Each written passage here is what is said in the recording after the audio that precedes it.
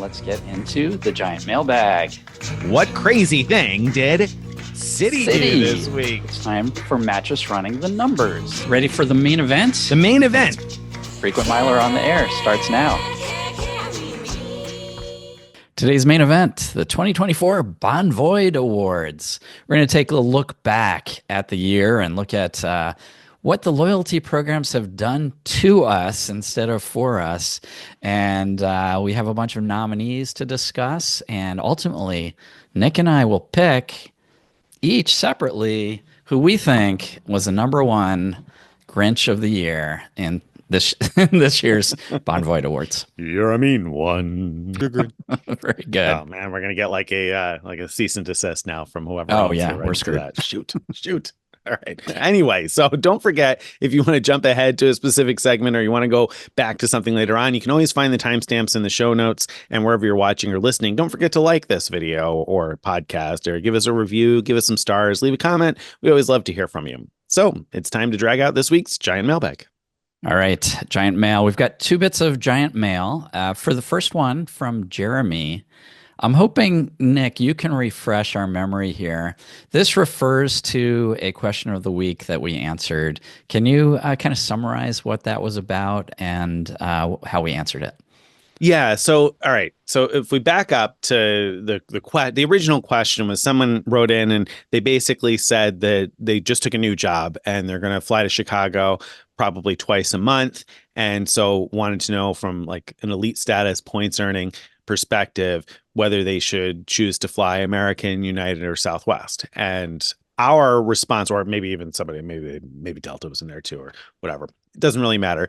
Our response was basically that you're not going to earn elite status flying to Chicago a couple of times a month with any of the major airlines. So either you just want to pick the one that's cheapest, or if you're willing to play all the games, the loyalty point games for American Airlines, they're the easiest one to bridge the gap and actually earn elite status with. So you could use the shopping portal stuff that we've talked about at length in the past, or all the credit card spend and stuff like that in order to earn loyalty points. So you could beef up your balance and end up with status and get upgrades and whatnot. But a reader wrote in. So we heard from reader Jeremy, who said, another thought is 2 trips per month is 48 segments per year, which means you'd need to be spending about $400 per trip to get United Gold and in turn Star Alliance Gold.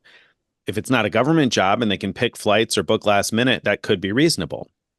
And so that made me realize I think we probably did miss the mark in hindsight on this, because I was thinking of it from the old school perspective of you're not flying far enough for that to add up and be worth it in terms of earning status. But now that all the airlines basically determine your status based on how much money you spend, maybe it is plausible and feasible, especially if your plans are made relatively close to departure for your 2 trips a month. Maybe you could spend enough, because the point that the reader here was making, that Jeremy was making, was that United Gold status, which is Star Alliance Gold, would require 10,000 premier qualifying points over the course of the year. And so if you're flying twice a month to Chicago, to and from Chicago, you're talking about 4 segments every month times 12 months a year.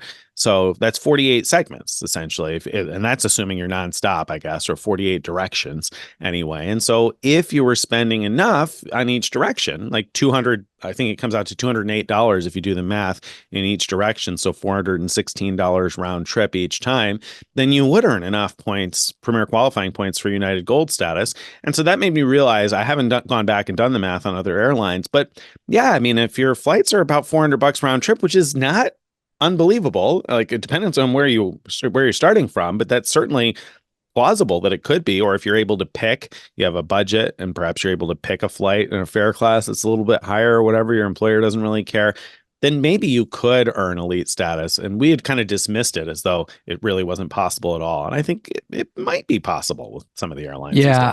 So it's actually a little bit better than you said, because if you qualify, you can qualify partly on segments flown. And so to get gold status, instead of, if you have at least 24 premier qualifying flights, you only need 8,000 premier qualifying points rather than the 10,000. So it's not a huge savings, but it's some in how many points you need, and so that even improves the math a bit as well. So yeah, so Jeremy pointed that out, and I think you're right, Jeremy, that it actually is worth looking at each of these airlines to say, what are the requirements? Will this style of flying get you there? Because if you're agnostic to which one you're going to go with and could get, like gold status or a mid-tier or high-tier status from doing that, it probably is worth it. Yeah, I didn't even think about it that way. And yeah, and you're right. The point that Greg made drops the average cost down, I think, if I'm doing the quick math right, to about $332 per round trip, which is really, really plausible depending on where you're starting in the US, that those flights could be that much. So, yeah, then you have to compare everything. Like, and I mentioned United because Jeremy mentioned United and Star Alliance Gold, and that would get you lounge access when flying Star Alliance Airlines, not United. But when you're flying other Star Alliance Airlines, even in economy class, you get lounge access with Star Alliance Gold and some other small benefits. And so you have to kind of look at that and compare with American and Delta and what you can get in terms of alliance status. But yeah, I thought it was a good point that it's possible. Absolutely. But that's not all we have for today's giant mailbag. We also have a submission from Eric. Eric wrote, "Hello, team, and happy holidays. I was enjoying my dog walk listening to the Ask Us Anything from December. And during that question and answer session, you discussed the Atlantis stay valid through Caesar's Diamond status matched through Wyndham. So that's my situation exactly. My status will be expiring at the end of February like everyone else's, and I've never taken advantage of the Atlantis benefit. I called the appropriate number to make a reservation and called again just to confirm. But both agents told me that as long as I make the reservation prior to the expiration of my diamond status, that I could travel after my diamond status expires, because once the reservation is made and you have the email confirmation that they will honor it and they don't ask you about your status when you actually arrive on property." So I don't think I was at this particular Ask Us Anything, but sounds like someone asked about whether you could book now for a Atlanta stay that's after your status expires, right? Yeah. So to be clear, Atlantis, we're talking about the casino resort in the Bahamas. And one of the benefits of Caesar's Diamond status is a quote unquote complimentary 4-night stay at Atlantis. I put the quote unquote in there because between the resort fee, and I can't remember what else. I think it comes out to somewhere between $60 and $100 a night that you have to pay. I can't remember exactly what the deal is. Maybe it's parking and resort fee that I'm thinking of. Whatever it is, it's not exactly free, but it's significantly discounted. So anyway, yeah, the question had come in, can you book it for after status expires? And one thing I want to correct in what Eric wrote was that he said his status expires at the end of February. It's February 1st, the end of January. So Caesar's status runs through January 31st. And I wanted to correct that so that anybody listening doesn't think they have longer than they actually do to book Very this. important. So, yeah.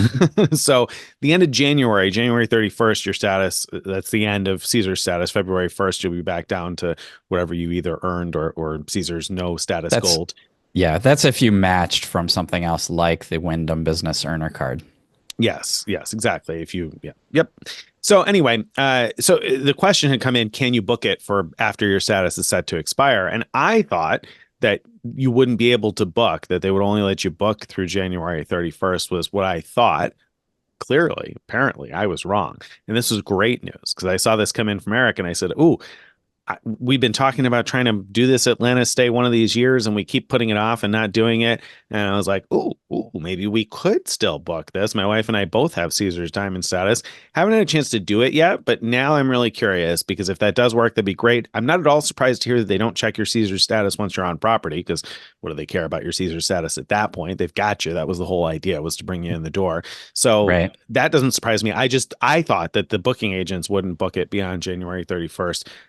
But I'm glad to be wrong about that. So That's awesome. That's great news. I'm going to plan a trip to the Bahamas. Yeah. And thanks, Eric, for writing that in. That could be very helpful to many people. A lot of people, I'm sure. Yeah. So get on that sooner rather than later. By the way, You have to call. There's a number to call. I don't know if we have that in a post or not, but in the show notes, if we do have a post about how to book the Atlantis stay, we'll link to that. You have to call during business hours.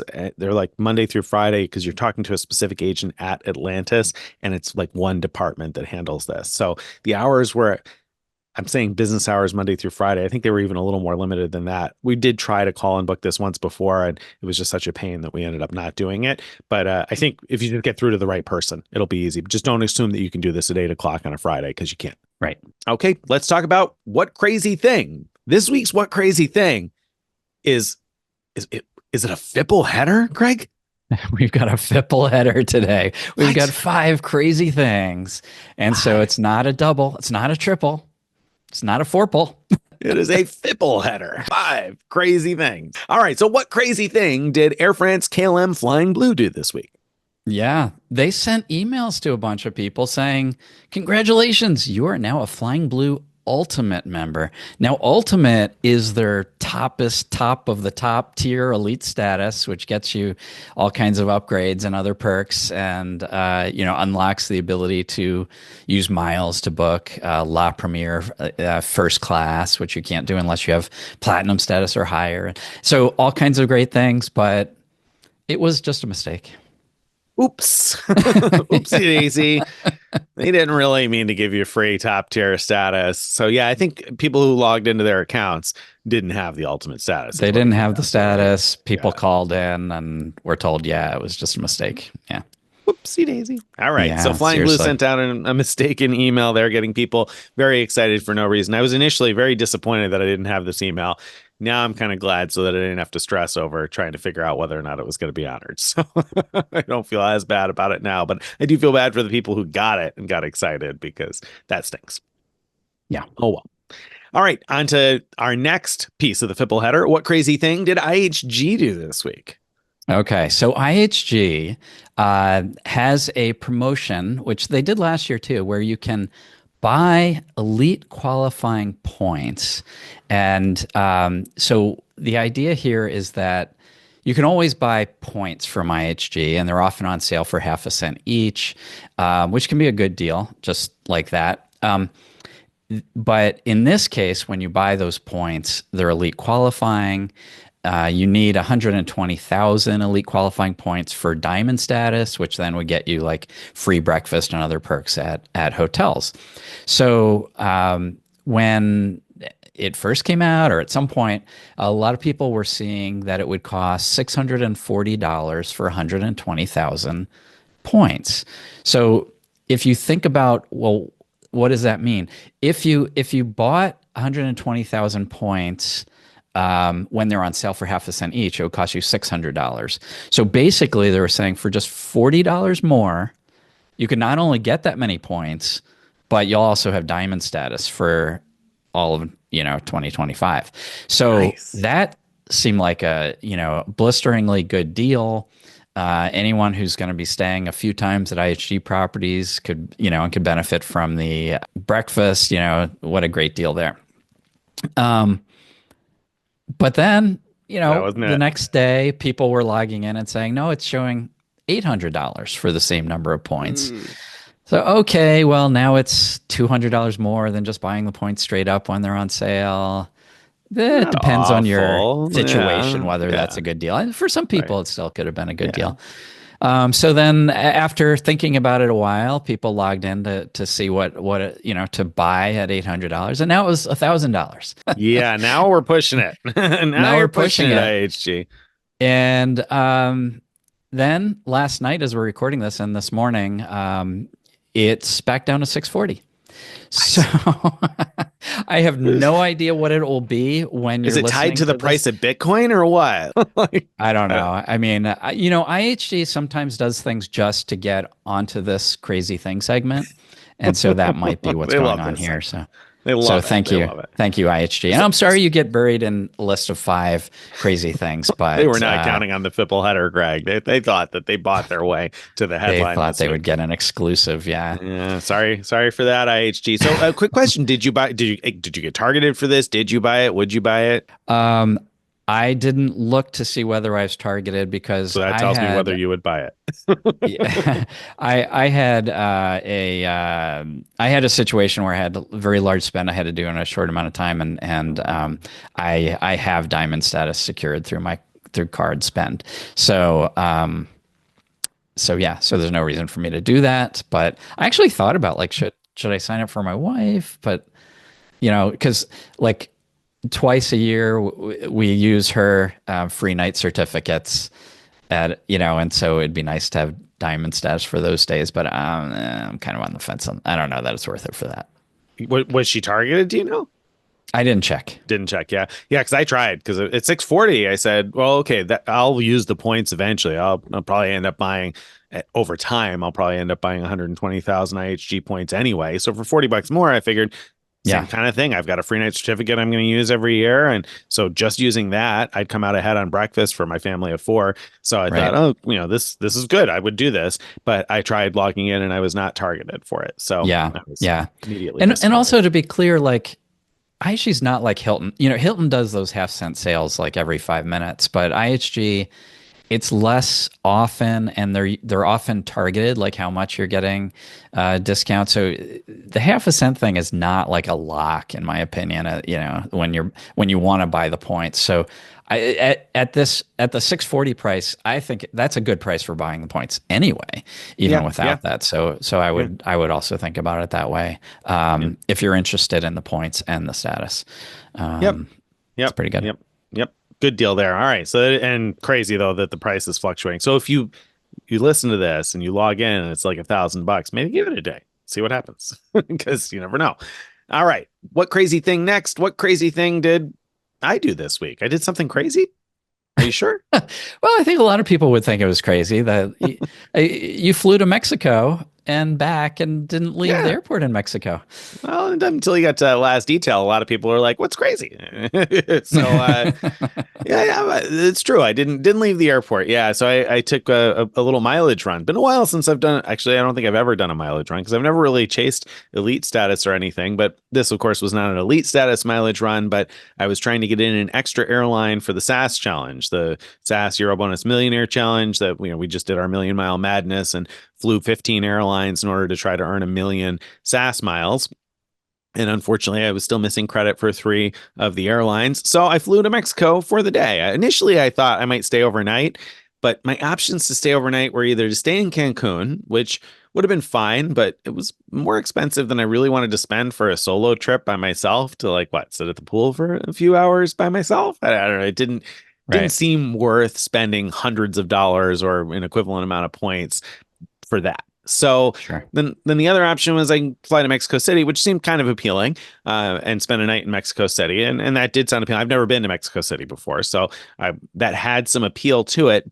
But by the time I got there, I wasn't sure that I was really going to be able to do or see very much. And also, the Hyatt properties where I'd want to stay were kind of far from the airport, and so it didn't seem perfect either. So then I found a third option and I realized, oh, I could fly to Cancun on an American Airlines award ticket and then buy a cash ticket on Aeromexico from Cancun to Chicago and do my overnight in Chicago. So I started in Albany, New York at 5:10 in the morning and flew to Cancun, got to Cancun. So Albany to Miami to Cancun, got to Cancun just after noon, close to 1 o'clock, I guess, maybe. And then around 4 o'clock, I flew Cancun to Mexico City and then Mexico City to Chicago, just a short layover in Mexico City and ended up in Chicago. So that was kind of crazy. Long way to get from Albany to Chicago, that's for sure. Right. But but I have really good friends in Chicago. I have a friend of mine that I've known for, gosh, 25 years or so. And we used to go to Chicago a couple of times a year to visit. And of course, now that we all have kids, it's a lot harder to make that happen. So I don't get to see him as often. So I thought it was a great opportunity. Once I saw I can get to Chicago, I said, oh, great. Let me text my friend, see if he's free on Sunday to grab brunch. And of course, he's the type of friend that I can come out of the blue on, like a Friday morning or whatever and say, hey, are you free for brunch on Sunday? And he'd be like, yeah, of course. And so that was great. So I got to a chance to spend some time with him and his family. And so it was a crazy trip in the sense that I didn't stop in Mexico, but not so crazy in the sense that I did get something good out of it. Instead of just sitting on the beach in Cancun or eating dinner by myself in Mexico City, I got to spend time with good friends that was great Yeah. to see. So And hopefully you ensured that you're going to have all 15 of the required airlines credited for SAS to earn the million miles that the SAS promo is offering. Hopefully, but I'm rolling my eyes because nothing is credited yet. Not Aeromexico,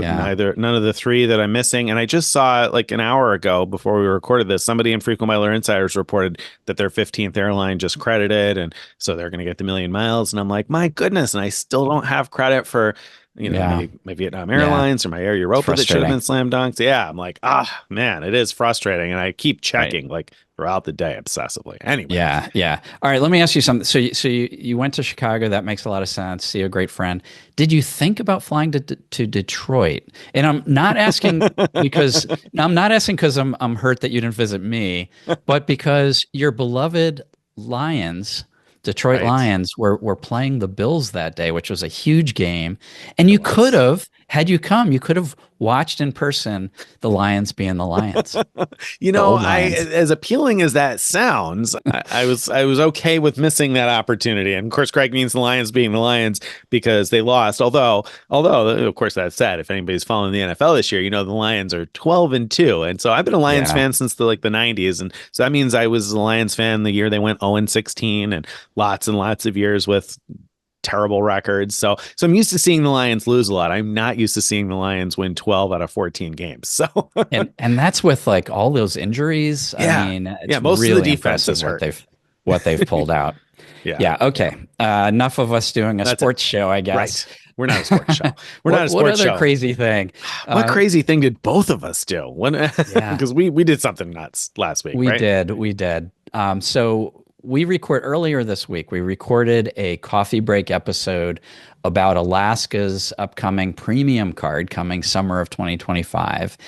And during that show, I incorrectly said that there are no transferable points that transfer to Alaska other than Amex indirectly by transferring to Hawaiian and then to Alaska that way. And my excuse is that I'm an elderly guy. I forgot all about Bilt. Bilt rewards, of course, we've talked about many times that they transfer to Alaska. That was the almost better than even or good consolation prize when they stopped transferring to American. But anyway, so that as if that wasn't bad enough, later on the same show, Nick said something about basically the same thing that there are no transfer partners and that Alaska wasn't planning on adding, it wasn't interested in becoming a transfer partner with anyone. Now we have, if you listen to the show right when it was published, you probably heard those incorrectnesses, but Carrie chopped out those bits. And so if you listen to it more recently, you wouldn't have heard that. But anyway, that is crazy that I get that one of us, forgot about Bilt, but for both of us, my excuse is I'm elderly. I'm 57. Yeah, my excuse is that Greg is contagious. The elderly brain is contagious. Right. I actually think Nick has a better excuse. We recorded this just when he got back from that mileage run to Mexico and Chicago, and before starting the recording, he said he had gotten, I don't know, a couple hours sleep because you got in really late. Your United flight was delayed. And it sure was. Yeah, and snowstorm and all the rest of that. So I got in. So it's true. I hadn't gotten much sleep. So I'll take that. I'll take the excuse there. I think you have a better excuse than I do. Yeah, still pretty crazy that I can't believe that we both forgot about that. But anyway, so they are a Bilt partner. Good there, and hopefully we won't make any more crazy mistakes like that. But if we do, Carrie will work her magic behind the scenes and fix it for us. So that's good to know. We can hope. All right. So what crazy thing next? Was a Fipple header. That's only 4 things so far, if I counted right. So there's one more. What crazy thing did preferred hotels do this week? Greg, come on now. There's been a lot of craziness with preferred hotels. I told you last week or the week before, maybe both, that you haven't sold me on preferred hotels yet. There's more craziness to come because this is getting a little nutty. This is actually an update to an ongoing saga of my booking with preferred hotels. So it's really just an update. So what I reported on last week's show is that I had booked a preferred hotel with choice points, and the hotel had contacted me and asked for a credit card for a deposit, and they ended up charging the full amount. I called them, and pointed out that I booked with choice points, so they reversed it, and I thought all was good at that point. Reasonable to What's think that. Yeah, what's happened since then is the person from the hotel contacted me again and said, could I send them the confirmation email I got from Choice, because they're trying to contact Choice to figure out why the virtual card that they had received wouldn't work, that they kept running it and they couldn't get it to work. So I sent them the confirmation, but there wasn't any information about who to contact if there's problems or anything. Not a number for the Choice accounting department at the bottom of your confirmation email. Nothing. So then a couple days later, maybe the hotel called me again and said that they had tried calling Preferred Hotels. They had tried calling Choice. Choice had no idea what they were talking about. Choice couldn't find the reservation. They said, we don't book Preferred Hotels. The scammer Greg, the frequent miler. We don't know who he is. Capital One shut him down, though. You probably shouldn't let him stay there. And anyway, so they were unable to find anyone who could help. And so I was very hesitant. So she was kind of saying you could, my choices were to, just cancel it altogether, or rebook it at the cash rate, which I definitely didn't want to do, or I could try canceling it and rebooking it. I wasn't sure if the word would still be available when I was talking to her. It looked like it is, but still, just to see if maybe they would get a new virtual card that would work, that kind of thing. So, but anyway, so I was hesitant to do all that. So instead, I taught her how to deal with Choice hotels and when you're calling about Preferred Hotels. And basically the idea is, when you call Choice, the chance of getting someone who's even heard of the Preferred Hotels relationship is probably under 5% chance. And so when you call, the first thing you have to say is, do you know about Choice's partnership with Preferred Hotels? If they answer no, then your choices are either, let me speak to someone else, or hang up and call again. I mean, you have to get someone who's heard of it. Then you have a chance of making your way up the chain to someone who would have some idea of how to handle whatever problem you're calling about. So that's what I instructed her about. And then that was in the morning. I didn't hear anything all day. And so at the end of the day, I wrote back and said, any luck with this? Yeah. And they replied back. I still don't know what actually happened, but they replied back saying, your reservation is all set. Apologies for any confusion. We look forward to seeing you soon. Oh, well, I mean, so I think that's I'm good news. Yeah, probably. Most likely. I mean, worst case, even if they haven't figured it out, I have confirmation from the hotel itself that my reservation's all good. So I think I'm okay. I would like to have heard from them. This was what the solution was, especially so that I could help others, tell other people, if your hotel's having trouble, here's what to do. So I did ask them for more information, but I haven't heard anything back yet. Okay, that was going to be your homework assignment. I was going to say, okay, so the homework assignment here is you need to figure out who they called and see if you can get that phone number. Because or did they figure it out some other way? Did they realize they were running the too high of an amount because there's a negotiated rate when it's booked through Choice or something like that? Might be the right solution. But whatever it is, I hope to find out so that we can let everybody listening know that if you're in that situation, here's what to tell the hotel so that they can fix the problem.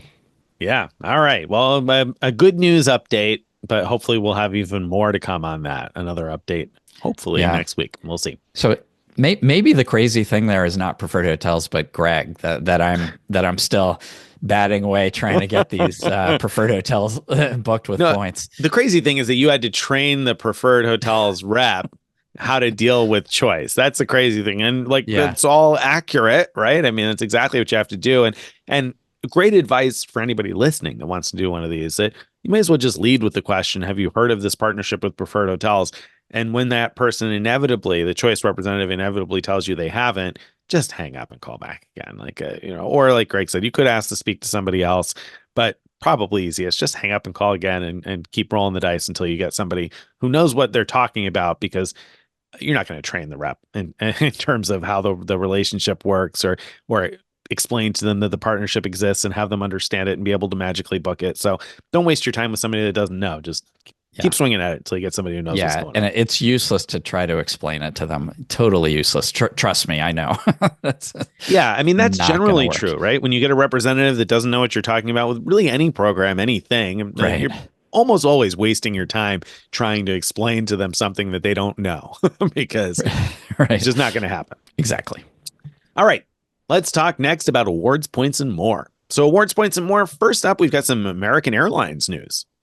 Yeah. So until very recently, so American has long had a partnership with Hawaiian Airlines, and you were able to use American Airlines miles to book Hawaiian flights that did not come to the U.S. mainland. So you could book, for example, Honolulu to Sydney or to Fiji or things like that. And business class, I think, was like 60,000 miles, a very reasonable price, Reasonable. booking with American Airlines miles. And, but you couldn't book, like from the US to Hawaii, the US mainland to Hawaii. Now you can. So something changed about their partnership or how American wanted to treat the partnership. I'm not really sure what's happening behind the scenes. So that's good news for anyone with American Airlines miles. Sometimes Hawaiian, if you're having trouble, if you want to go to Hawaii, of course, sometimes Hawaiian itself could be your best bet for award availability, but also flying onward to Asia or the South Pacific. Sometimes going through Hawaii is a better route than going sort of more directly. Yeah, more availability anyway for sure. Some at times, Yeah. to go via Hawaii. I don't know about the availability from the U.S. to Hawaii. Quick question, because I didn't actually look closely at this yet. Are you able to book mainland US to, let's say, Asia as a single award, or do you have to book those separately? Because I know American generally doesn't allow, well, I shouldn't even say generally, oftentimes doesn't allow transiting through a third region. They have a whole bunch of exceptions to that. But I so don't, Hawaii is a separate region. You're not sure yet. yeah, I don't know. Okay. I don't know the answer to Yeah. that. Okay. All right. Next up, we've got the Advantage Aviator Silver Companion Certificate. So we talked about this previously. And so the Aviator Silver card is the version of the Barclays American Airlines card that you can only get by invitation. You can sign up for or apply for the Aviator Red card and then maybe get an invite or an opportunity to upgrade that to the Aviator Silver. Either of those cards, the Aviator Red or Aviator Silver, after you've spent $20,000 in a card member year, you earn a companion certificate that's valid for you and two companions. The companions pay $99 plus taxes each. Now, that certificate doesn't come until after your anniversary. You got to pay your annual fee, and it takes a bit after that. And so we knew that that existed, but I hadn't had one before. I don't think Greg had one of these companion certificates from Barclays before. So I was curious as to how it would work and how easy it would be to use. So I'm at the 20K spend. I talked about that previously in order to get the certificate. Took forever for the certificate to finally post. So I had mentioned recently that it hadn't posted. My anniversary date was October 2nd, and it finally posted December 17th. So about 2.5 months after my anniversary. So I wrote about the timeline and my theory as to when it will post for you if you have an Aviator Silver. So you can check out the details of that in the post. But my first impressions of the certificate are essentially that it might save you some money, but it might not save you very much and might not save you anything at all. It might not be useful at all. I was pretty disappointed. And I say pretty disappointed because in some ways it was better than I expected. So the Barclays Aviator certificate is valid for most main cabin economy class fares. Not quite all of them, but most of them. Not on basic economy. No big surprise there, but basically any main cabin fare, almost any main cabin fare, is eligible to use the companion certificate. So that seemed like good news.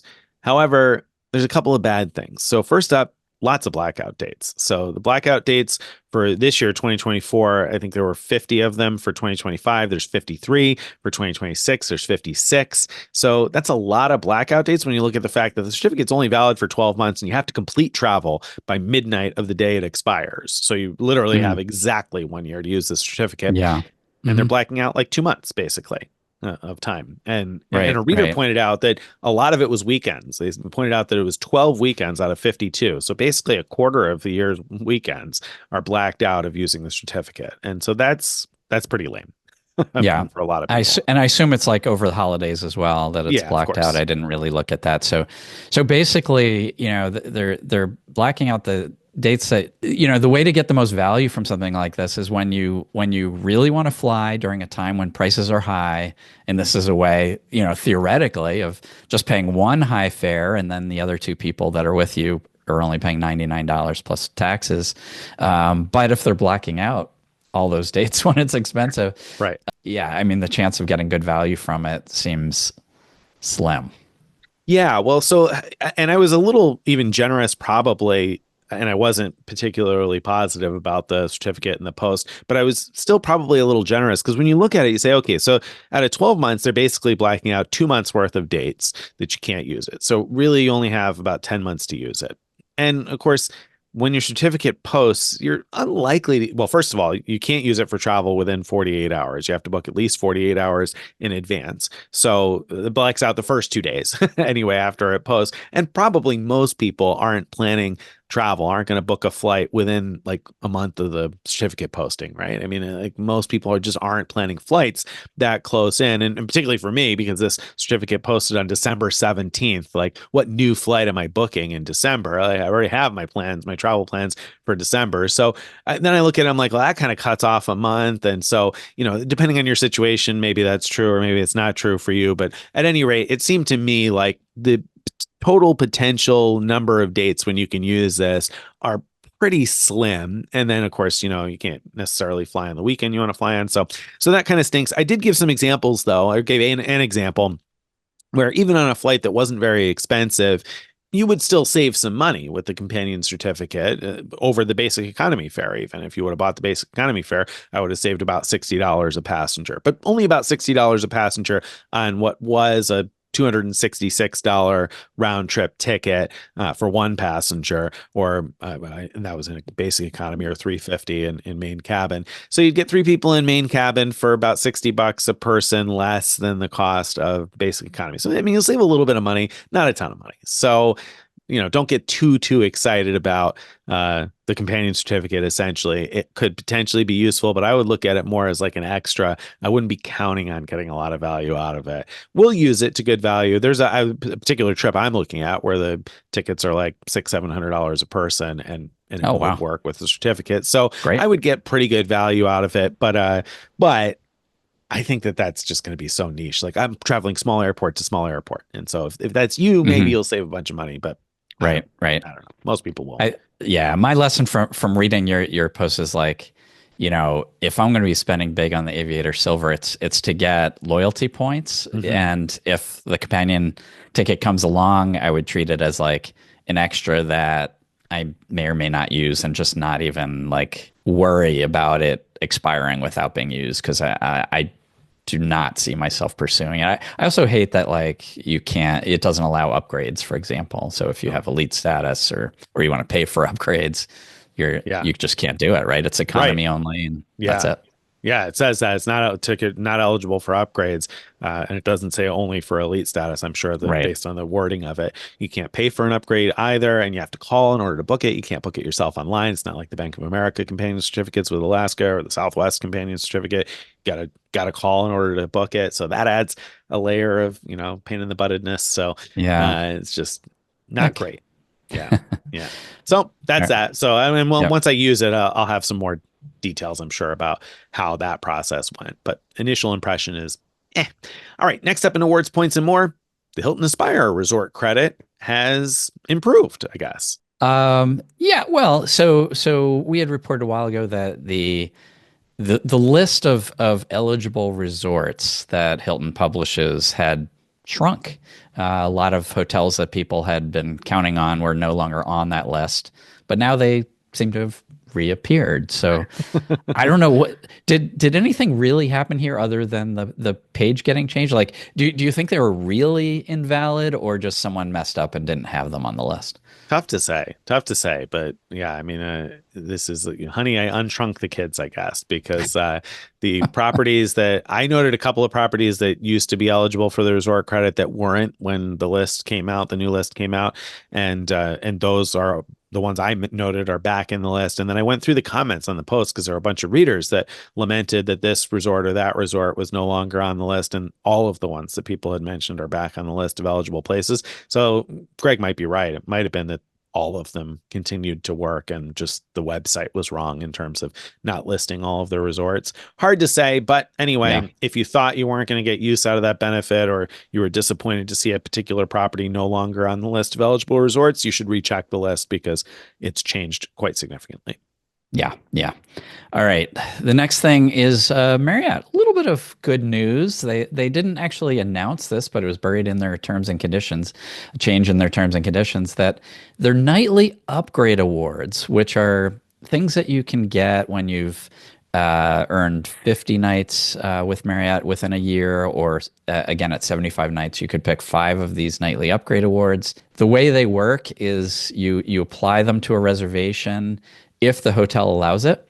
And then within a certain number of days before the actual stay, it starts checking to see if it can upgrade you.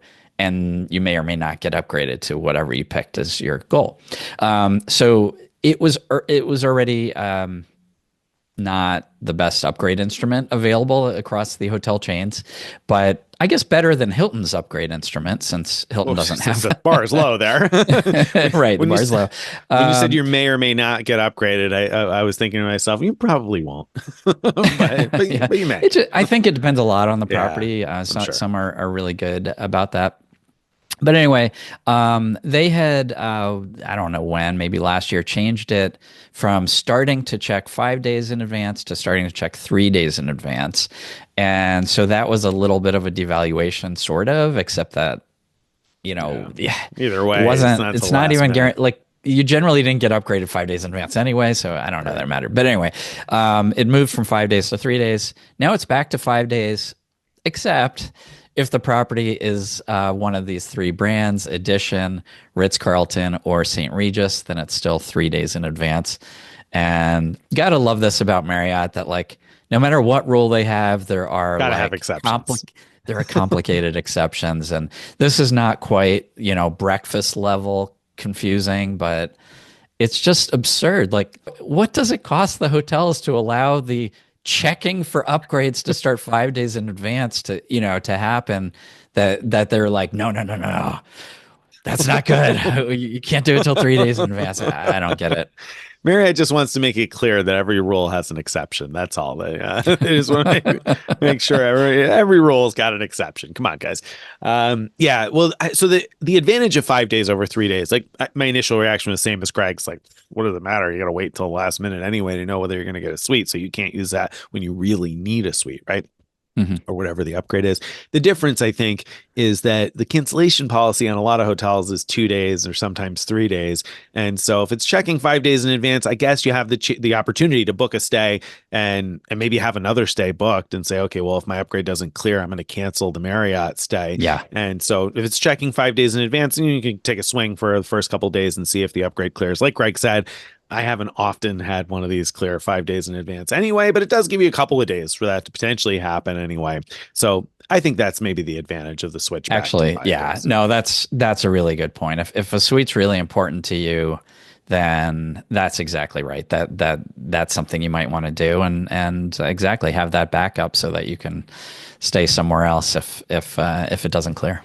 Yeah, I could see like booking a suite with Hyatt, like maybe with points or something like that, and saying, okay, well, but I'm going to do this with Marriott too, and then I'll just cancel with Marriott if it doesn't clear. Or if it does clear, then I'll say, hey, I finally won on one of these suite upgrade awards, and cancel the Hyatt stay, etc. So there you go. There you have it.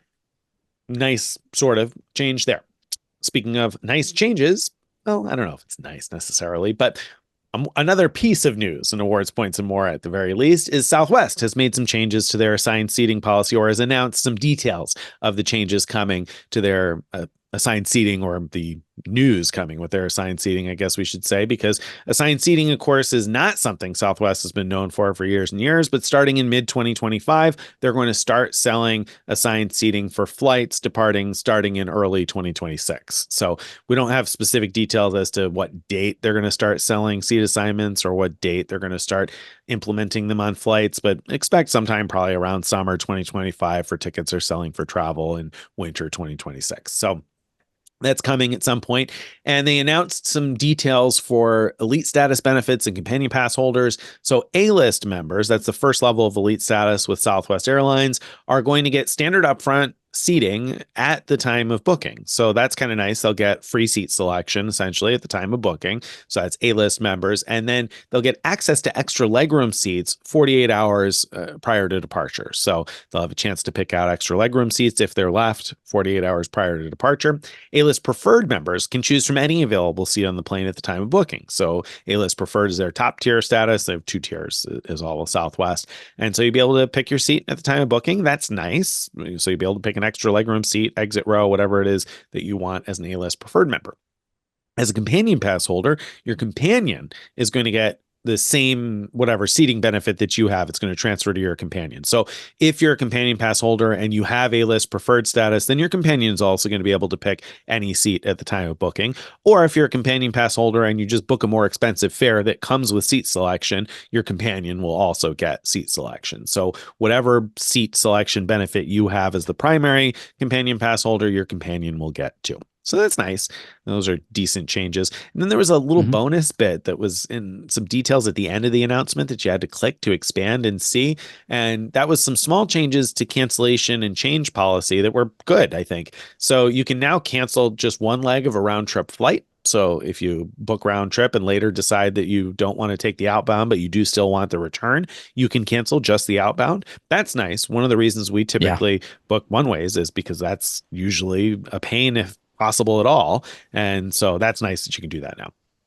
Yeah, I like that because, you know, it just saves some work and, you know, booking a round trip instead of 2 separate ones and having to track the 2 separate PNRs and all that kind of stuff is nice. And you know, like Nick said, I know I almost always book, you know, one ways because of this problem that if you want to make a change to one or the other, it might not be possible without rebooking the whole thing if you booked a round trip. Yeah. Yeah. So that's nice. They also, in that announcement, that little piece there, it said now you can correct first and middle names on a ticket if you need to correct the first and the middle name. That seemed interesting to me because, like, you know, I guess if you can't fly and you have another family member with a different first and middle name, I don't know, maybe you can just change it. So that, Yeah. that seemed kind of nice. That's interesting. Yeah. Yeah. Somebody else with the same last name could probably have your ticket, I guess. And then also you could change your flight just for one person. So if you have a group reservation, so let's say I have a reservation for my family of 4, let's pretend no companion pass to make it simple. So I have a reservation for 4 people. I could change the flight for just one person online myself in the app or on the website. I could change just one person without affecting everybody else's reservation. So if I say, oh, okay, Nice. actually I can't fly out the day that my wife and kids are, I'm going to have to fly a different day, I can change just me. And so that's nice too. Yep. Good news. Yep.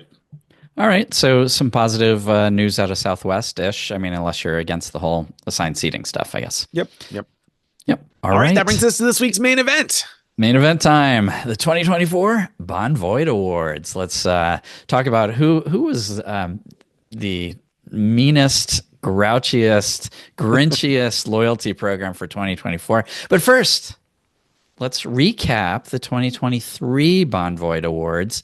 So last year, we had a bunch of candidates. I'm not going to go through the whole list, but Nick picked Aeroplan's Etihad Alliance Goes Astray. So if I remember right, it was possible to book Etihad First Apartments through Aeroplan, and that all kind of went blew up and became a big problem. Yeah, and hasn't returned. And the biggest thing was at the time, there were a bunch of people that had Etihad first class apartments reservations, and Etihad just downgraded them and took them out of first class. And Aeroplan was basically not able to fix that. And so some people got offered a better accommodation or decent accommodation flying first class on Emirates, but that was really wonky and not handled smoothly. And then since then, you haven't been able to book first class on Etihad through Yeah. Aeroplan. So that's continued to now. So they were the Yeah. winner last year and they've kept that up. Yeah, yeah, really unfortunate. My pick was My hotels.com becomes 5x less rewarding. So they moved to that common rewards program with some other websites and so lost out on their. They used to have that thing where you stay 10 times and you got one free night, sort of. It was the average price of the 10 nights you spent. So that was unfortunate. That was my pick. Now, we also did an audience poll on the blog, and the audience, the top three of the Bonvoyed awards from the audience, number one was Amex family rules limit access to the points parade. So Amex had throughout their product lines added these family rules where it would say like, if you already had the platinum card, you may not be eligible for a bonus on this gold card or the green card or whatever. And so that really, depending on the order in which you sign up for things, especially, could really limit how many points you could get through welcome bonuses with Amex. It could, yeah. Yeah, that made sense that was a pick. And in hindsight, maybe that should have been a choice for one of us because that really was, I think, a big negative change. Although Amex rules typically often say you may not be eligible for the welcome bonus, which is different than you are not eligible for the welcome bonus. Because a lot of people have gotten welcome bonuses on cards that they may not have been eligible for, but they turns out they were. So, it's kind of I don't know, murky at best as to that, but it probably does limit things significantly for a lot of people. So, yep, Yeah. that was the audience choice. Yep. I'm just going to real quickly. The next two audience choices were Delta dumps their devastation was number two. And that was about how Delta had announced like big bad changes to their loyalty program. And then they rolled them back. But some of the ones people hated the most, like a limit to how many times you could use the Sky Club if you have access through like the Delta Reserve card or a Delta Platinum card. They kept that just with higher limits than they initially announced. Anyway, a lot of people did not like that. Similarly, United people did not like. United devalued their awards kind of across the board. And so where they used to have quite a few competitive award prices for different routes, there's no more quite in the sentence anymore. There are few. They do have a few, but but few. Just few. Yeah, my United miles are collecting dust. So that's unfortunate. All right. So those were what we talked about last year in 2023. But Greg, it's 2024. Let's talk about what we have up for nominees for the Disloyalty Awards. Yeah. Okay. So first up of our Disloyalty nominee is Chase and Capital One. Their Priority Pass no longer includes restaurants. So if you have, like the Sapphire Reserve and Priority Pass from that, or the Ritz-Carlton, or the Venture X, and you have Priority Pass because you have one of these premium cards, if you go to a Priority Pass restaurant and try to use your Priority Pass, you're out of luck. Yeah, it's not going to work, and so that's annoying. Worth a mention, the Capital One Venture X business card also lost access when it moved to the Visa. So kind of confusing. Capital One on some cards will occasionally change which network they run on. They'll go Visa, MasterCard, Visa again. And I think for the most part, they don't tend to switch over existing card holders. It's just people who apply new. So people who still have a Capital One Venture X business that's a MasterCard, I think you still have restaurant access with Priority Pass, but people with a Capital One Venture X card that's a Visa, which is what it's been issued on for most of this year or half of this year, some of this year. Anyway, if you've got it recently anyway, I think you got a Visa Capital One Venture X business card, and that one does not have restaurant access, which makes it super confusing because if you're in some sort of like Facebook group or whatever, you might see some people saying, oh, I got the Capital One Venture X business and it's got restaurant access, and other people being like, no, they told me it doesn't. And yeah, it's confusing for people that aren't up on the fact that they switch networks like that. So that kind of stinks. Worth a mention, if you do still want restaurant access, US bank cards that have Priority Pass still do include restaurant access, though it's a limited number of visits per year. Also on this note, with Chase and Capital One losing access, if you're somebody who's used to using the digital card, if you log in on the Priority Pass app, it's only going to show you places that you have access to. So if you've got a Chase issued Priority Pass, it's not even going to show what the restaurant options are if you're logged into the Priority Pass app. So if you're someone like me that also has a US Bank Priority Pass, then you either want to log in with your US Bank Priority Pass in the app so you can see all the options that might be available to you, or just don't log in at all in the Priority Pass app if you if you want to be able to see all of the Priority Pass options. So just worth a note. Yeah. Those are good tips. So what I did was I have the Altitude Reserve, which has 8 visits a year. So I don't want to, in general, I don't want to use that at lounges because I also have the one that comes with the Ritz card, which is unlimited visits and unlimited guests. So what I did is I put my Priority pass, like the digital pass, into my Apple Wallet. So that's something you could do when you log in on the app, if you have an iPhone. To the Priority Pass app, there's an option to like send it to your wallet. So if I'm going into a lounge, I use my Apple Wallet, and if I'm going to a restaurant, the idea is I haven't had a chance to try this out yet, but the idea is I'll just use the app because I'm now logged in to my US Bank card in the app. Smart, very smart. All right, that's a good one. So that's a great tip. I don't see the option, by the way, to add it to Google Wallet on my Android phone. I just checked, so I don't see an option to add it there. Yeah, I could take a screenshot, I guess. Then I got to find the screenshot, so that might be more difficult. So anyway, I keep that one logged into the US Bank one personally, because I have the Altitude Reserve also, so I keep that one logged in, and you can see in your account how many times you visited. So if you're like, oh yeah, I did that, but I can't remember, did I visit any restaurants this year, or how many have I visited? Blah blah blah. yeah. Well, that's going to be in the app.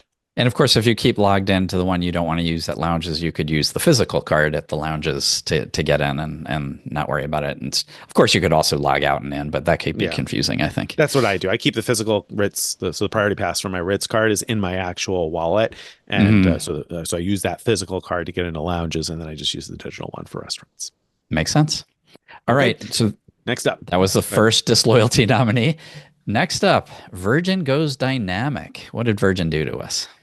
Well, they went to a fully dynamic award system. So whereas they used to have award charts for their own flights, now for their own flights, they no longer have award charts. They do still have award charts for their partner awards, but for travel on Virgin Atlantic, now it's fully dynamic. So you go to, Virgin Atlantic website, and it's, you look up the award and see what today's price is. And that might change if you check back later on today or tomorrow or whatever else. It may be a different price Monday or Tuesday or Wednesday or Thursday, depending on which day you fly. So you don't know exactly what to expect anymore. So that stinks from a perspective of, you can't plan it out and know what the award price is going to be. If you just want to fly a business class award from New York to London, there's not one price anymore. It's going to be whatever the wind brings in that day in terms of the price. So right. And some of the prices are like Delta prices. You could be seeing like, 600,000 points one way kind of thing. And so some people are going to be really disturbed by those kind of displays. But yeah, and discouraged probably, and to thinking, oh, it's not worthwhile. But go ahead, what's your but? So the but, and this is a big but, and this is a reason neither Nick or I are going to pick this as our winner of the disloyalty awards for this year, is that they actually have a lot of really good price options as well. I mean, you see some dirt cheap, business or economy awards to Europe, for example, way cheaper than before. They also lowered the surcharges from these tickets. So they used to be really, really high. They're not now like, super low, but they're more reasonable now than what they were before. And so there's actually quite a bit of good news along with the devastation there. Yeah, one asterisk or like little note I'll add to what Greg just said is, he mentioned you might see good deals to Europe, and I just want to mention that when we talk about to Europe, we really mean to the UK with Virgin Atlantic, right? Because I don't think they fly anywhere else in Europe. So if you're looking to go to Rome or Milan or whatever else, you're not going to you'll only find Air France KLM awards to Virgin Atlantic, which still have an award chart and are potentially a good deal. But what Greg is talking about specifically is flights to London, or I think they fly to Edinburgh from the US and Manchester maybe. Yeah, but you'll also see, I'm not really sure how they do this, but you'll also see like flights that are like Virgin Atlantic to London and then like KLM or Air France Oh, okay. onward to Europe that way. So those are possible as well. I assume what they do is they take the Virgin Atlantic dynamic price to London and then just tack on the, 8K or whatever it is for the Air France or KLM or whatever other partner airline that flies into Europe. Interesting. I've never seen that before. So is that something they launched when they did the dynamic pricing, or is that something No, you've long I've seen? seen that even Yeah. before. Oh, Yeah. interesting. Yeah, Hmm. I've only ever seen it when it's entirely on Air France or KLM. So, but I don't Yeah. search Virgin Atlantic that often. So that probably Yeah. explains why Greg's seen it and I haven't. There you go. All right. Next up, Virgin Atlantic. Oh, Virgin Atlantic also devalued Delta One to Europe. Speaking of the sea, I said I don't search Virgin Atlantic all that often, and this was certainly one of the reasons why I stopped going to Virgin Atlantic's website this year. So what did they Yeah. do? How did they develop or devalue these? Yeah. So for many years, you could book Delta One to Europe using Virgin Atlantic miles for only 50,000 miles and $5.60 in that direction in fees. So that was a killer deal. Um, Now they changed the point price, so it depends where you're starting from in the U.S. and where you're going to in Europe. I assume also matters. I'm not really sure about that, but the point price can actually be a tiny bit less today. Um, so, for example, from Detroit to Paris or to Amsterdam or London. Well, I'm not sure about London; they have their own reward chart. But to from Detroit to Europe, it's 47,500 points. So that seems like a good deal, right? Well, but there's been Um, a little increase on just a little increase on cash that. outlay, right? Before it was $5.60. Now that same flight, $1,027.80. A little increase What? there. Yeah. Yeah, I mean that What? that's Right. just oh man, inexcusable. And I do want to point out though, this is a one-way problem, or the problem is just in that direction from the U.S. to Europe, because going the other way. So, for example, flying from Amsterdam or Paris to Detroit is the same 47,500 points and less than 300 euros in fees, which is pretty much what I think they were doing before. Yeah. So, That's again, it's not cheap, but it's not outrageous, I guess, the fees there. So yeah, that 50K though, US to Europe, that old sweet spot is gone because of those surcharges are yeah. incredible. Yeah. Yeah. Actually, the Paris to the US is particularly attractive if it's at less than 300 euros one way, because the departure taxes from France now are pretty high. So whatever you book, whether it's Star Alliance or this or something else, if you're departing France, the taxes are probably going to be about 200 bucks no matter what you're booking through. So Right. if you're paying less than 300 euros, it's not that much more to book an award through Virgin Atlantic if you're departing France anyway. Right, right. Yeah. So, so it's going to cost a bit more points if you're going like to West Coast US. On the other hand, this is also not something I'm going to pick as one of my top devaluations because Delta so infrequently releases award space for Delta One to their partners, which is required for you to use Virgin miles at all. So it's one of those things where it was like, it was more hypothetically a great award than something people could use very often. Yeah, you get lucky every now and then, but it was really hard to find. So yeah, they could charge 10,000 extra dollars on something that it doesn't exist and it doesn't really matter, right? So Yeah. yeah. So all right, that's Virgin devaluing Delta One. It makes the list, but probably won't be top choice for us. Next up, Wyndham. Wyndham Rewards devalued their partnership with Vacasa Vacation Rentals. So what happened here? Yeah. So it used to be that you could book any well, not any, but you could book a Vacasa vacation rental with Wyndham points for a fixed price of 15,000 points per bedroom per night. And at that time, it was limited to uh, resort vacation rentals that cost $350 per bedroom per night or less. So basically, that 15K per bedroom per night threshold was good up to $350. So, and that would give you, even at $300, that would give you great value for your Wyndham points. And that would give you 2 cents per point value, even before accounting for the fact that if you have a Wyndham Earner card, you get a 10% discount on those awards.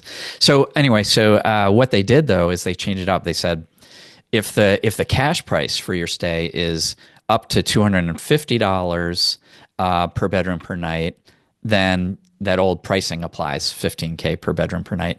But if it's between $250 and $500, it goes up to 30,000 points per bedroom per night. So what happened was those places that cost between $250 and $350 doubled in price, basically.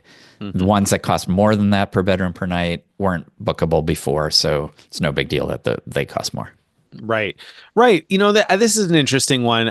This one won't be my pick either, even though it kind of stinks because it was such a specific slice that really got hurt here. It's just that slice of the properties that were between 250 and 350 per bedroom per night that, like Greg said, they doubled in price, but everything else is still a pretty good deal there. And personally, I'm thinking I might buy some Wyndham points before the end of the year because right now they're selling them through the end of 2024. If you're targeted for the best offer, then it's 0.715 cents per point to buy points. And so if you don't have a Wyndham Earner business card, that's basically $107 per bedroom per night for a vacation rental. That's not bad for a vacation rental up to $250 a night, right? And then the ones that are up to $500 per bedroom per night, buy the points for it for $214. So you're talking half off if you're able to get close to the top end of the range on a vacation rental. That's pretty good. And then of course, if you have the Wyndham Earner business card, it's even cheaper. The points for per bedroom per night is like less than $100. Any Wyndham Earner card gives you that discount, not just the business one. Thank you. Right. Good point. So it becomes a real great deal. Also, there were some really nice properties that before you might have wanted to book with points, but couldn't because they cost more than $350 per bedroom per night. Now at least you can, even though it'll cost more. But so it's really mixed news basically. There's definitely a component that's devalued, but there's also some good stuff there. So far, I feel like we're in a job interview where somebody's like, "Tell me about your weaknesses," and we're like, "I just work too hard so far." I'm a perfectionist. I want to get everything right. I definitely front loaded in the list the disloyalty nominees that I didn't really think would win the prize here. Right. Okay. So let's move on to something where there's mostly bad news, I think. And so next up, we got British Airways and Qatar raising their prices for short haul partner awards. And this mostly, for our audience anyway, probably mostly affects awards on American Airlines and Alaska Airlines because they increased the award rates. Yeah, in fact, in some cases, it's specifically them because they have rates specific to the Americas or to America. I don't know. Anyway, the point is so British Airways, it used to be for really short flights. And this is just for an example because there were also good rates for flights more than 650 miles. But for flights up to 650 miles, previously with British Airways miles, Avios, it would cost 8,250 points one way. Now it's up to 12,000. That's for economy. Business class went from 16,500 to 24,000. But I didn't care about that devaluation because I was using my Qatar Avios, which you can, even if you have British Airways Avios, you can use them on Qatar. And Qatar had a much better pricing anyway. So up to 650 miles, previously only cost 6,000 Avios one way, or for business class, like regional first class, 12,500 miles. So that was fantastic, killer deal. The next several levels of distance spans were also great deals, but they changed it all. So now the under 650 for economy is 9.5K. For first class is 20K. And it's no longer competitive with the best prices you can get with other programs booking Alaska or economy or American short haul. Yeah, that's too bad. That's disappointing because I know that those were sweet spots for a lot of people for a long time. There are still other programs that you can book American Airlines through, like Greg said, that are good deals. So that maybe limits the downside here because we see some really short American Airlines flights now available via Alaska for 4,500 miles one way, which coincidentally, that was the price that British Airways charged like just a few years back, right? The shortest flights used to be Was it 4,500 that cheap? Avios. Yeah. Wow, I Yeah, didn't it even remember was. that. Yeah. Yeah. So, I mean, the last few Yeah, years, they've increased like, quite a bit. right. Right, right. I mean, the Alaska thing is great for those of us who have a lot of Alaska miles. Since they don't transfer from anyone. Sort of. Yeah. I I'm mean, right now, I'm currently kidding. still you can, yeah, right. They don't trust me. But how did I miss that? I just walked right past that. I was thinking of the Amex to Hawaiian still to Alaska. I was not thinking about Bilt still. Sorry, Bilt. So anyway, yeah. So Alaska is out there. And of course, also, if you really want to live on the edge, and we'll get back to why I just added this qualifier, Etihad also has some good rates on American. I've seen them come up at 6,000 miles for instance. Yeah, but remember, Etihad's also the one where then when after you transfer, you go and actually book it, and all Oh, of a sudden true. the price goes up, and That's right. we're going to talk more about Etihad in a We are. second. We are. So anyway, but for those who have invested a lot in accumulating Avios and use them a lot for short haul awards, it's definitely a pretty Yep. significant devaluation. Agreed. All right, but I promised we would get back to why I added a little qualifier there on Etihad. And Greg's point was great that they do display prices incorrectly, and then you click through and find out it's actually more than what it said it was. So that stinks, but that's not it. That's not the only No. reason that Etihad's here. Etihad's here for bigger reasons than that. Yeah, why don't you walk us through this? All right, so Etihad has just absolutely nerfed award cancellations, and they've added point expiration policy that stinks. So now your Etihad miles will expire after 18 months unless you credit flights to Etihad, right? I mean, that was one you picked up on, you noticed recently. So an 18-month clock.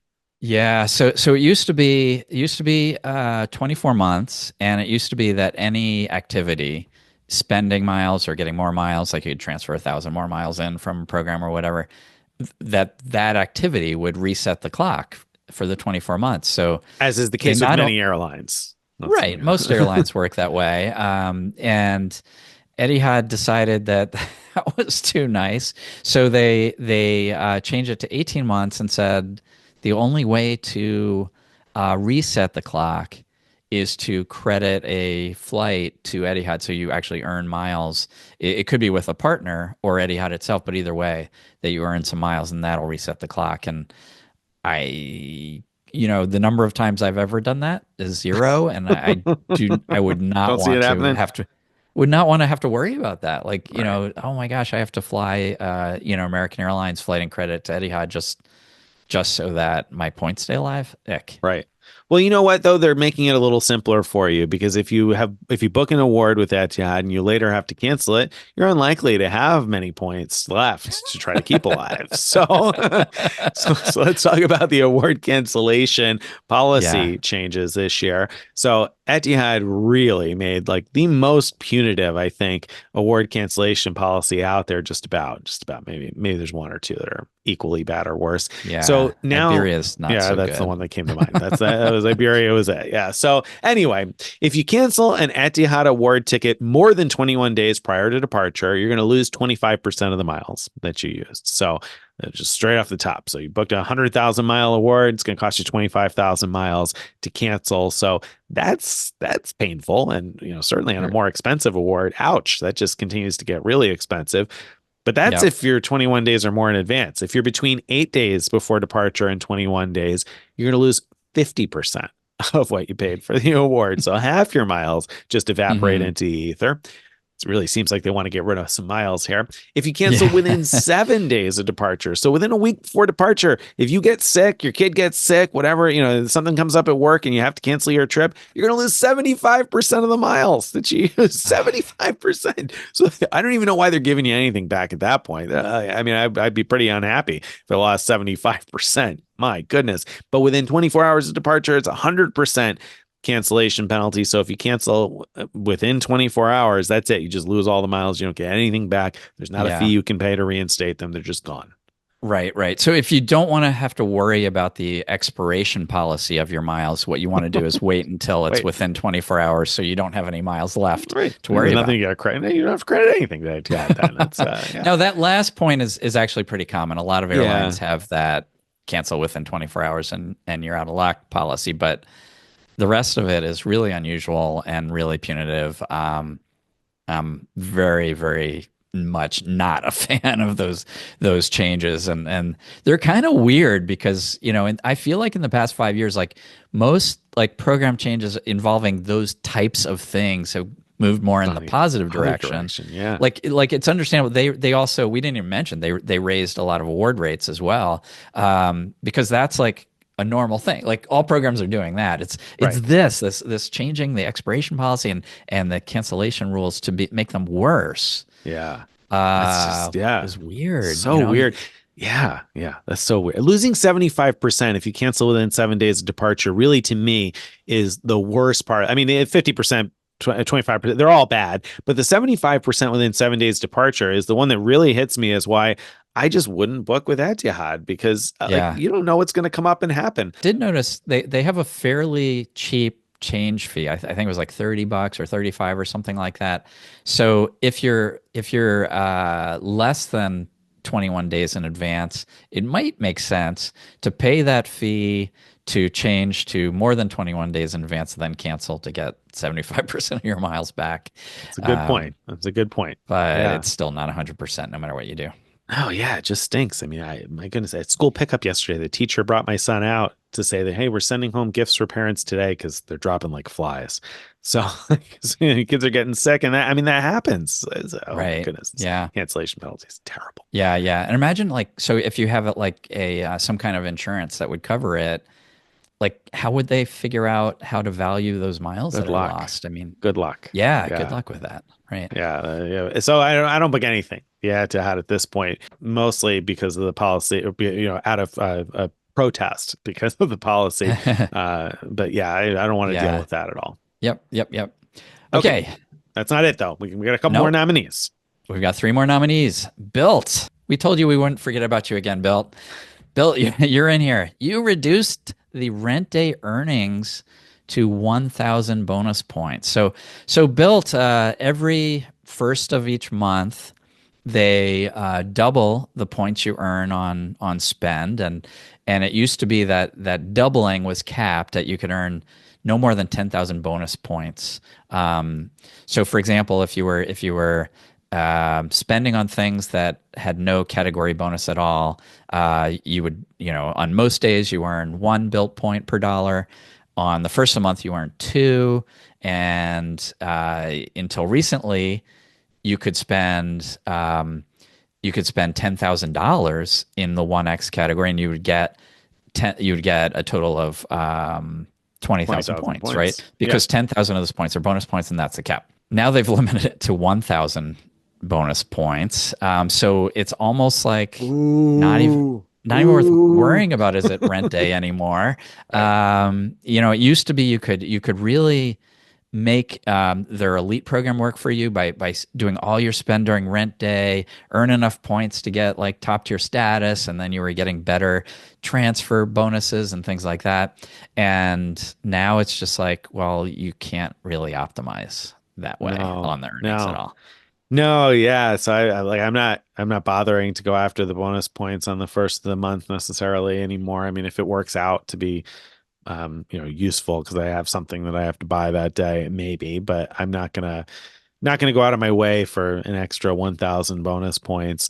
And that's just the bonus points, right? So if you were doing dining, because you get double on everything the first of the month, apart from rent anyway. So, everything that qualifies, because I think tax payments, they excluded now too. Anyway, but that's kind of almost neither here nor there, since you can only earn 1,000 bonus points anyway. So 6X on dining on the first of the month, up to 1,000 bonus points though, right? So how much can you actually spend on dining? I think you could spend $333.33 to maximize that. So I mean, it's not bad. Like if you plan on going out for a really nice dinner every first of the month and using your Bilt card, that's good to get 6x is great. But the point is like the amount of bonus points you could get by optimizing rent day is now limited to a total of 12,000 points per per year of year. extra Yeah. points over what you'd get from normal spend. And that's just not a lot of points. No, it isn't. It isn't. I still, think 3x dining over the course of the month is potentially interesting because of the transfer bonuses they've continued to run. Hmm. So I still think that's potentially interesting. But yeah, rent day has definitely lost its appeal for the most part because of that. So that's a bummer. All right. Got a couple more though, right? Next up, Yeah. Next the Wyndham next Earner up is business card. Uh-oh. yeah. So what happened with the business card? I think you should talk about this one, Yeah. Nick. Well, so the Wyndham Earner business card, one of the benefits it comes with is Wyndham Diamond status. And for years now, you've been able to match Wyndham Diamond status to Caesars Diamond status. And that has made it possible to get a bunch of free cruises. So we've written about ways to match around, which have become more limited over time. And in fairness, I don't think I ever expected that it would last as long as it did or for as many cruise opportunities as it has. Because I think I've mentioned recently, we've taken like 8, I think, over the last couple of years. We're going to be at 10 at least next year in free cruises. Maybe we'll get an 11th in before that's all said and done. And we didn't do Virgin Voyages. We didn't do an opportunity with Celebrity. So didn't get the one with Princess. So we didn't even get them all. I didn't get every single one of them that was possible. So there's been tons of those possible. Unfortunately, though, Wyndham or Caesars or the pair of them have killed this. It's not going to continue to work because starting on February 1st, you're no longer going to be able to match Wyndham Diamond status to Caesars Diamond if your Wyndham Diamond status comes by virtue of having the Wyndham Earner Business Credit Card. If you earn Wyndham Diamond status the hard way by spending lots of nights in Wyndham hotels, then on top of having to spend lots of nights in Wyndham hotels, which may or may not be a good thing depending on which ones you're staying at, you're only going to get elite status that way. But you could, if Right. you get it the hard way, if you earn your Wyndham elite status by staying in Wyndham hotels, then you can still match that to Caesars Diamond. It's just those of us who are gaming the system, as they may think, by getting a Wyndham Earner business card. We're not going to be able to do that anymore. So the pathway to free cruises is going to be really limited. It's going to be hard. You're going to have to gamble, and there's going to be like there potentially some shortcuts and possibilities, but not through the Wyndham Earner business card anymore. And that's, I think, a big hit for a lot of people.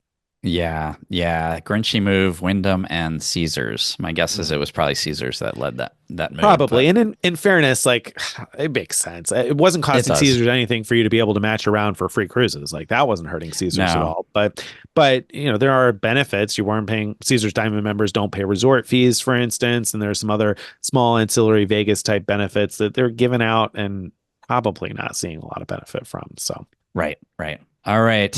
Now, the last Grinchy contender is Hyatt. So Hyatt gave up their small luxury hotels, their SLH relationship, and instead bought Mr. and Mrs. Smith. And I was so excited because Mr. and Mrs. Smith has so many great properties, and Hyatt before their relationship with SLH, they shoved the SLH properties into the standard award chart, so you're able to use points to get outsized value. You're able to use your free night certificates. Well, they didn't do that with Mr. and Miss Smith. Instead, they went completely dynamic. They tied the points rate to the cash rate at values that are significantly less than how much value you'll get from your Hyatt points in general by booking Hyatt stays. And so you just can't get outsized value from your Hyatt points for Mr. and Mrs. Smith stays. So bummer, yeah, it bummer. is a bummer. It was so Big bummer. disappointing. So disappointing because SLH was a really good partnership and opened up a lot of really good possibilities. And I think we were all kind of hopeful because SLH was just a loose partnership. Mr. and Mrs. Smith, they bought, right? So like we thought that they would fully integrate this and this would be just like staying at a Hyatt, and it's totally Oh not. my gosh. They told me. I went to a Hyatt event where they said, because we own Mr. and Mrs. Smith, the integration will be tighter. And I guess in a way that's true, but it's not in the way that I care about. So Just such a bummer. No, it Okay. really is. It really is. Okay, go ahead. Yeah. All right. No, I think that's the list Yeah. of our contenders. So now we're at the final part where Nick and I are each going to pick our winners. Who was the most disloyal, the most grinchy, which program bonvoyed us the most? Nick, you're up first. I am gonna not pick the one that I expect Greg to pick. So I won't even say which one that is, but I'm gonna pick one that probably will surprise him a little bit, but not really. I'm gonna pick Hyatt's integration of Mr. and Mrs. Smith as the most grinchy of the year, and here's why. I think that was the most disloyal to members. I think, Etihad's award cancellation penalty stinks, but for the most part, for US based members, who cares?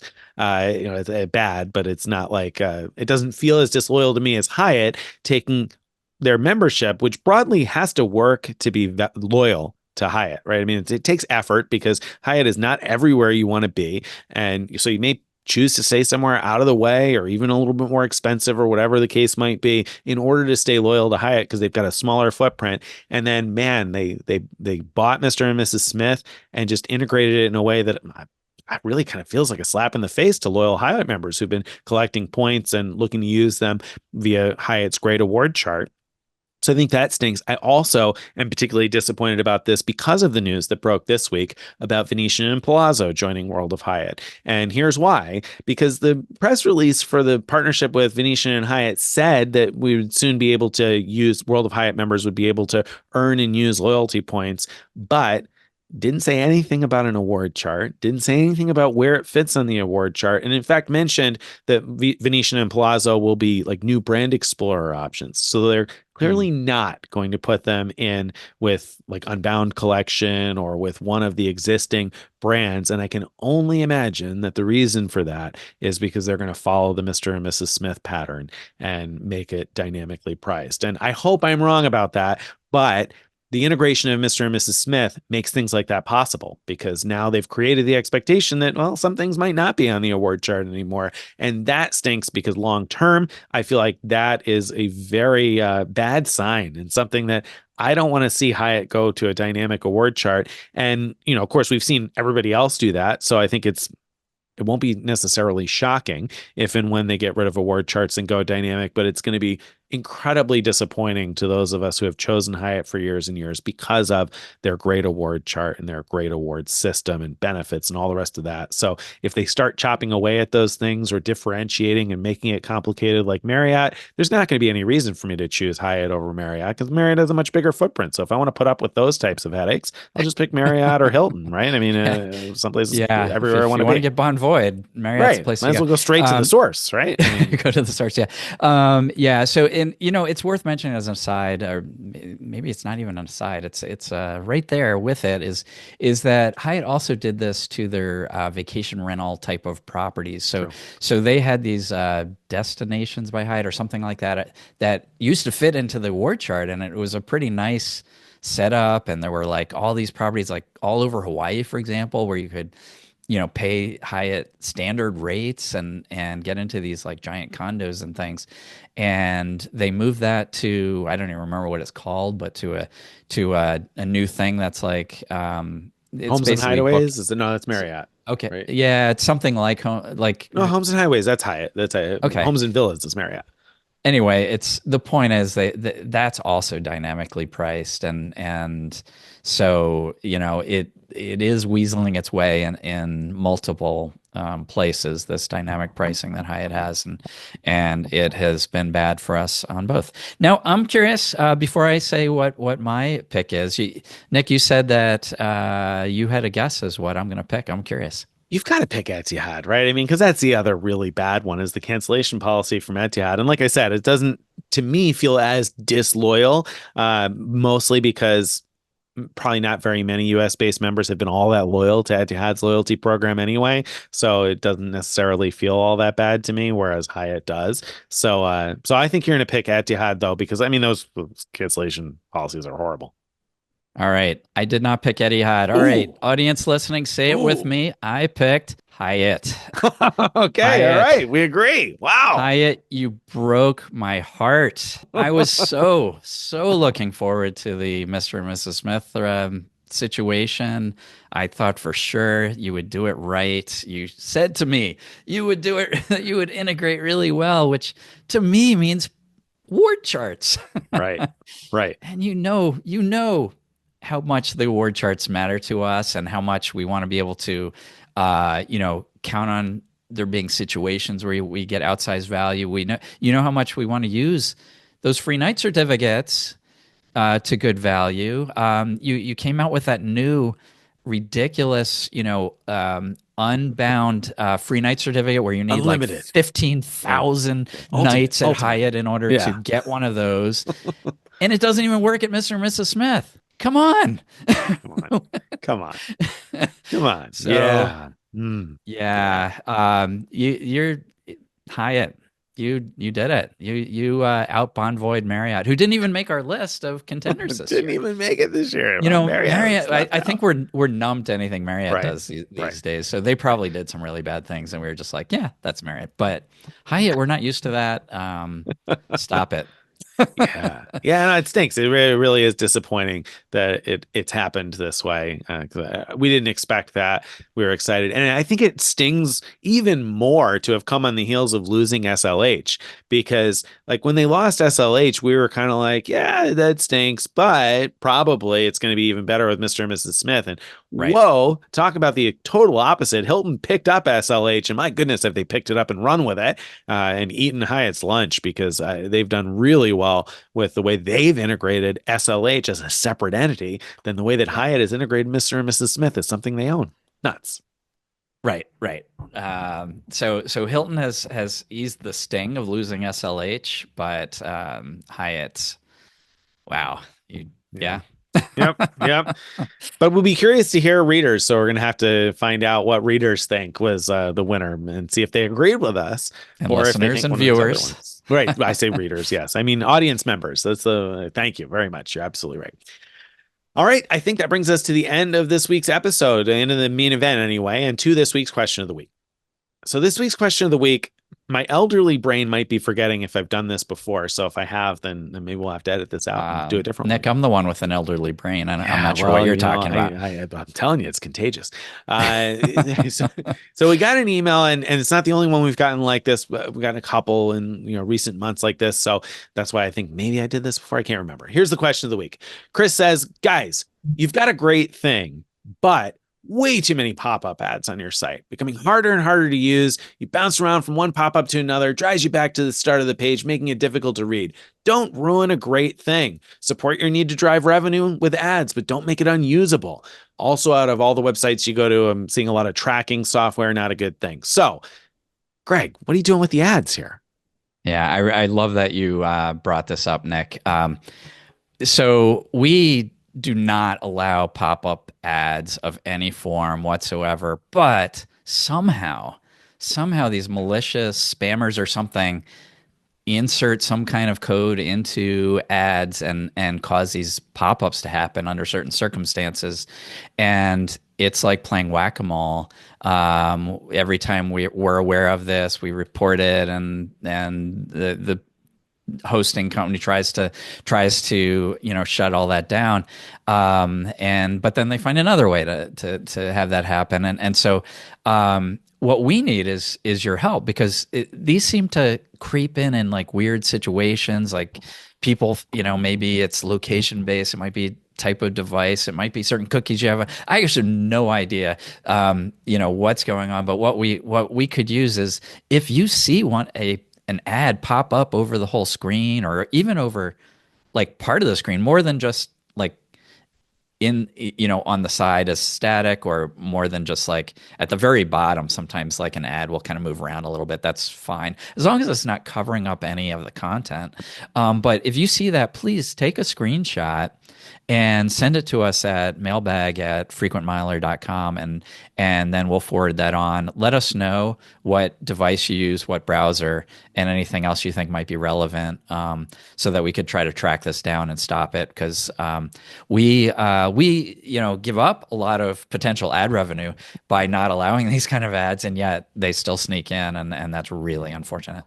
Yeah, that was the reason I wanted to bring it up, really, was because we get this kind of email every once in a while from somebody who clearly thinks that it's intentional. It's something that we've done Right. in order to increase revenue. And it's the truth is so opposite of that. So, I mean, the truth is that like when you come to Frequent Miler, there's no pop-up that says join our email list. And when I first worked for Greg, I remember he said somebody tried to encourage him to add that. And he's like, I don't care how much additional revenue that might drive. It drives me crazy when I go to a website and something pops up telling me to join the email list or whatever it might be. So I'm not going to do that on my site. And same thing with like video ads. Video ads would probably be far more lucrative, and that's why you see them all over the internet. But we've been pretty firm that we're not going to allow those pop-ups, pop-up video ad type things. And Right. Greg's been firmly, it doesn't matter how much money they're willing to pay for it. It's annoying. I don't like it, so I don't want it on my site. And so that's certainly not intentional. If you see something like that, it's not like we're trying to Right. increase ads and increase ad revenue. It's a mistake. Right. The rule is like if I'm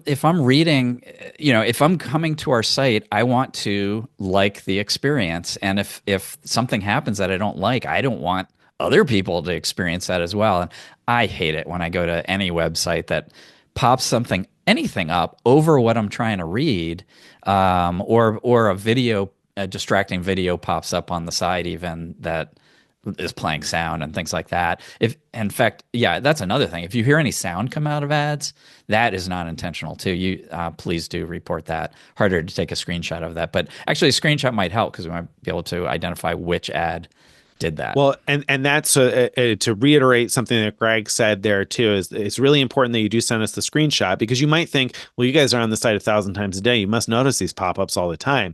But the thing is, like, many ads are targeted, like Greg said, based on location, based on your browsing history, blah, blah, blah. So the ads that you're seeing, I might not be seeing at all. Or I got one last week and I forwarded it on so that they could take a look and see, which advertiser is this?